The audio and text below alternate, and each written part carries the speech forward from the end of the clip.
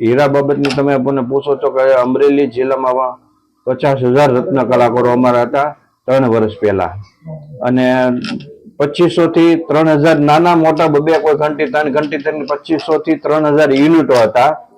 અટાણે એ યુનિટ આ રશિયા અને યુક્રેન નું યુદ્ધ ચાલુ થયું પછી ઘટતા અટાણે 1200 યુનિટો આખા જિલ્લામાં ચાલુ છે, અને 50,000 રત્ન કલાકારો હતા, એમાંથી અટાણે 10 થી 12,000 ને રોજી રોટી મળે છે. એટલા અમારા ધંધામાંથી લોકો નીહરી ગયા અને પૂરો માલ મળતો નથી. લોકોને અમારી રોજગારી આપી છે, પણ આવીને અડધું બંધ છે અને અડધું ચાલુ હોય ને એને પૂરી રોજગારી મળે નહીં.